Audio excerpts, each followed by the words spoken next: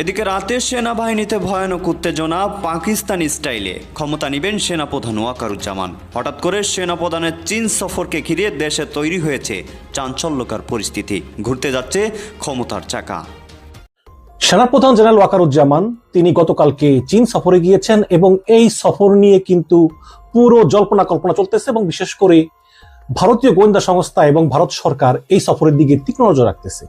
এবং দর্শক, দেশ পূর্বার দূরে কিংবা কাছে যারা এই মুহূর্তে দেখছেন, আশা করি সবাই ভালোই আছেন।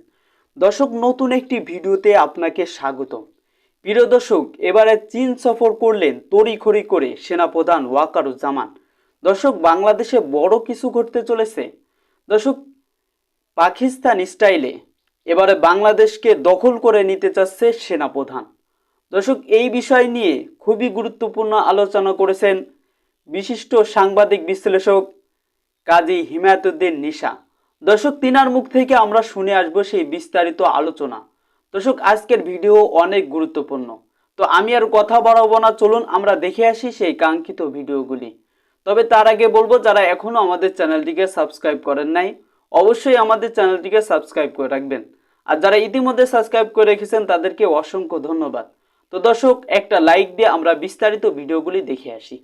সেনাপ্রধান জেনারেল ওয়াকারুজ্জামান তিনি গতকালকে চীন সফরে গিয়েছেন এবং এই সফর নিয়ে কিন্তু পুরো জল্পনা কল্পনা চলতেছে এবং বিশেষ করে ভারতীয় গোয়েন্দা সংস্থা এবং ভারত সরকার এই সফরের দিকে তীক্ষ্ণ নজর রাখতেছে।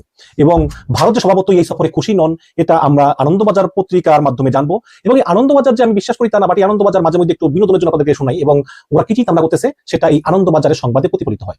দেখুন, বাংলাদেশে যে অভ্যুত্থান ঘটে গিয়েছে সেই অভ্যুত্থানে সেনাপ্রধানের ভূমিকা তো অবশ্যই ছিল এবং ইদানিং দেখবেন আওয়ামী লীগ সেনাপ্রধানের বিরুদ্ধে অত্যন্ত নিষেধাজ্ঞা করে বলে যে সেনাপ্রধান কেন এই আন্দোলনকারীদেরকে ঢাকায় ঢুকতে দিল, কেন ওদেরকে গুলি করে মারলো না, এই জন্য সেনাপ্রধানকে বিশ্বাসঘাতক বলে। এবং শুধু কি তাই, আন্দোলন পরবর্তী সময়ে ভারত সরকার অনেক চেষ্টা করেছে বাংলাদেশের সামরিক বাহিনীর ভিতরে একটা অভ্যুত্থান পাল্টা অভ্যুত্থান ঘটাতে, যাতে ইউনূস সরকারকে ক্ষমতা থেকে সরিয়ে দেওয়া যায়।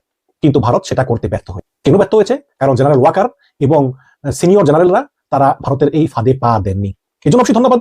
এবং এই ভারত সরকার ইউনূস সরকারকে অবৈধ বললেও ভারত সরকার কিন্তু জেনারেল ওয়াকারের সঙ্গে একটা যোগাযোগ রেখেছে। এখন কেন রেখেছে জানি না, কিন্তু যোগাযোগ রেখেছে। তো আমার মনে হয় যে অভ্যুত্থান পরবর্তী সময়ে পাকিস্তান মডেল অনুসরণ করা হবে। কিরকম? যেমন পাকিস্তান সেনাবাহিনী কিন্তু সরাসরি ক্ষমতা দখল না করলেও পাকিস্তান সরকারের উপর সেনাবাহিনীর একটা গভীর প্রভাব থাকে, এখনো আছে। বিশেষ করে আপনি দেখবেন যে ইমরান খানকে পাকিস্তান সেনাবাহিনী বসিয়েছে, আবার ইমরান খানকে পাকিস্তান সেনাবাহিনী আমেরিকা সহ সরিয়েছে।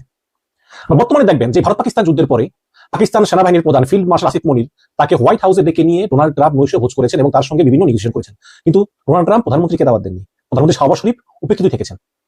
অথচ এই আসিফ মনির কিন্তু পাকিস্তান সরকারের একজন কর্মচারী। সুতরাং বাংলাদেশেও একই মডেল হতে পারে যে ওয়াকারুজ্জামান বা তার পরবর্তী সেনাপ্রধানরা তারা সরাসরি ক্ষমতা না নিলেও তারা সরকারের উপর একটা প্রভাব বিস্তার করবেন।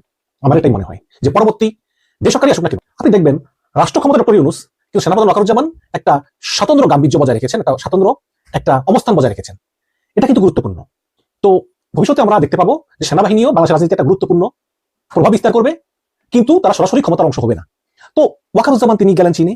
এখন ভারত তো খুব চিন্তায়। আমরা একটু আনন্দবাজার একটু পড়ে দেখাই যে দাদারা কি চিন্তা ভাবনা করতেছেন। আনন্দবাজার লিখেছে যে পাকিস্তানে চীনের বিদেশ মন্ত্রী, চীনের পররাষ্ট্রমন্ত্রী পাকিস্তানে গিয়েছেন ত্রিদেশীয় কৌশলগত জোটের গুঞ্জন বৃদ্ধি করে একই সময়ে চীনে বাংলাদেশের সেনাপ্রধান। আচ্ছা, এখন যদি ত্রিদেশীয় জোট হয় তাহলে তো সবাই একটা জায়গায় থাকার কথা, কিন্তু একটা জায়গায় তো নাই। চীনের পররাষ্ট্রমন্ত্রী গেছে পাকিস্তানে আর বাংলাদেশ সেনাপ্রধান গেছে চীনে। এখন এটা কিভাবে মিলল আমি বুঝলাম না, কিন্তু তারা বলতেছে একটা ত্রিদেশীয় যে একটা জোট হওয়ার কথা পাকিস্তান, চীন এবং বাংলাদেশ, এটার গুঞ্জন। লিখেছে দক্ষিণ এশিয়া একটি নতুন আন্তর্জাতিক জোট তৈরির চেষ্টা করতেছে পাকিস্তান এবং চীন। সম্প্রতি ঢাকায় নিযুক্ত চীনের রাষ্ট্রদূত ইয়া ওয়েন দাবি করেন যে পাকিস্তান এবং বাংলাদেশকে সঙ্গে নিয়ে তার একটি ত্রিদেশীয় কৌশলগত জোট তৈরি করতে চান। চীন, পাকিস্তান এবং বাংলাদেশের কূটনৈতিক সমীকরণ ঘিরে এই গুঞ্জনের মাঝেই চীন সফরে গেলেন সেনাপ্রধান জেনারেল ওয়াকারুজ্জামান। এবং ঘটনাচক্রে তিনি এমন সময় চীন সফর যাচ্ছেন যখন আবার চীনা পররাষ্ট্রমন্ত্রী ওয়াংই পাকিস্তানে রয়েছেন। আবার আগামী শনিবার পাকিস্তানের উপপ্রধানমন্ত্রী তথা বিদেশ মন্ত্রী ইসাকদারের ঢাকা সফরে যাওয়ার কথা রয়েছে এবং অলরেডি পাকিস্তানের বাণিজ্য মন্ত্রী বাংলাদেশে অবস্থান করতেছে। দেখুন, ওয়াকারুজ্জামান কেন চীনে গিয়েছেন আমি জানি না, নিশ্চয়ই তার কোনো কাজ আছে এবং তিনি বাংলাদেশের ভালোর জন্য গিয়েছেন, বাংলাদেশ সেনাবাহিনীর ভালোর জন্য গিয়েছে, কোনো সন্দেহ নেই। হয়তো সেখানে চীন থেকে আবার অস্ত্র মস্ত্র নেই বা চীনের সঙ্গে যে সামরিক বিভিন্ন আলাপ আলোচনা সেগুলো করতে গিয়েছে, কোনো সন্দেহ নেই। এবং চীন আপনারা জানেন যে সামরিক দিক দিয়ে বহু উন্নত। এবং আপনারা জানেন যে চীনা যুদ্ধ বিমান J-10C অত্যন্ত উন্নত মানের, যারা সম্প্রতি ভারতের সঙ্গে যুদ্ধে যে ফ্রান্সের তৈরি ভারতের রাফেল বিমানকে ভয় করেছে, সেই বিমান কেনার কথা রয়েছে। এবং ওয়াকারুজ্জামান সেনাবাহিনী প্রধান হলো, তিনি কিন্তু বিমান বাহিনী, নৌবাহিনী সহ সব বাহিনী সর্বাধিনায়ক। তো এই সমস্ত কথাবার্তা চীনের সঙ্গে হতেই পারে, এর বাইরে আমি কিছু দেখি না। কিন্তু এই ভারত বলতেছে যে ত্রিদেশীয় জোট করতেছে, কিন্তু আমি আপনাদেরকে বলতেছি যে ত্রিদেশীয় জোট হবে না। এতে বাংলাদেশের প্রাথমিক আগ্রহ ছিল, কিন্তু সমস্যা হচ্ছে কি, মানে ডোনাল্ড ট্রাম্প যখন এই শুল্ক নির্ধারণ করতেছে তখন কিন্তু এক এক দেশকে এক এক শর্ত দিয়েছে। যেমন ভারতকে দিয়েছে যে শর্ত যে তোমরা রাশিয়ার সঙ্গে সম্পর্ক রাখতে পারবে না। পাকিস্তানকে বলেছে যে তোমরা তোমাদের এই যে জ্বালানি যে খনিজ সম্পদ আছে ওটা আমাদের সঙ্গে তোমরা শেয়ার করবে। আর বাংলাদেশকে বলেছে তোমরা বাংলাদেশে চীনের ফুটপ্রিন্ট কমাতে হবে, চীনকে তোমরা জায়গা দিতে পারবে না, আস্তে আস্তে চীনকে ডিসকারেজ করতে বাংলাদেশ থেকে। তো বাংলাদেশ কিন্তু আমি ধারণা করি যে এই সকল শর্ত মেনে রাজি হয়েছে, কারণ আমেরিকার সঙ্গে চুক্তি করার আগে কিন্তু বাংলাদেশ নন ডিসক্লোজার এগ্রিমেন্টে সই করে নিয়েছে এই চুক্তি জনসম্মুখে প্রকাশ করা যাবে না। সুতরাং এই চুক্তিতে অনুষ্ঠিত আমরা জানি না, কিন্তু এটা আমরা অনুভব করি যে বাংলাদেশে চীনের ফুটপ্রিন্ট কমানো এবং আমেরিকা থেকে বেশি বেশি পণ্য কেনার প্রতিশ্রুতি দিয়ে বাংলাদেশ এই শুল্ক 20% নামিয়ে নিয়েছে, এবং এর ফল আমরা পাচ্ছি, আমরা শুনতেছি ভারত থেকে বা চীন থেকে অনেক গার্মেন্টসও বাংলাদেশ আসতেছে, এটা ভালো নিউজ। তো সেই জায়গায় এখন চীন, পাকিস্তান, বাংলাদেশ মিলে একটা ত্রিদেশীয় জোট হবে, এটা সম্ভব না। কিন্তু ব্যবসা বাণিজ্য হতে পারে। আজকে সেনাপ্রধান ওয়াকারুজ্জামান তিনি চীনে গিয়েছেন, এবং আমি মনে করি যে চীন সরকারের সঙ্গে আমাদের সফল যে সামরিক। দর্শক, এত সময় আমাদের সাথে থাকার জন্য আপনাকে ধন্যবাদ। দর্শক, আরো ধন্যবাদ জানাই যারা এত সময় আমাদের বিশ্লেষক যারা আলোচনা করেছেন। দর্শক, আপনার সামনে বাংলাদেশে কি হচ্ছে সেই বিষয় জানতে অবশ্যই আমাদের চ্যানেলটিকে সাবস্ক্রাইব করে রাখবেন।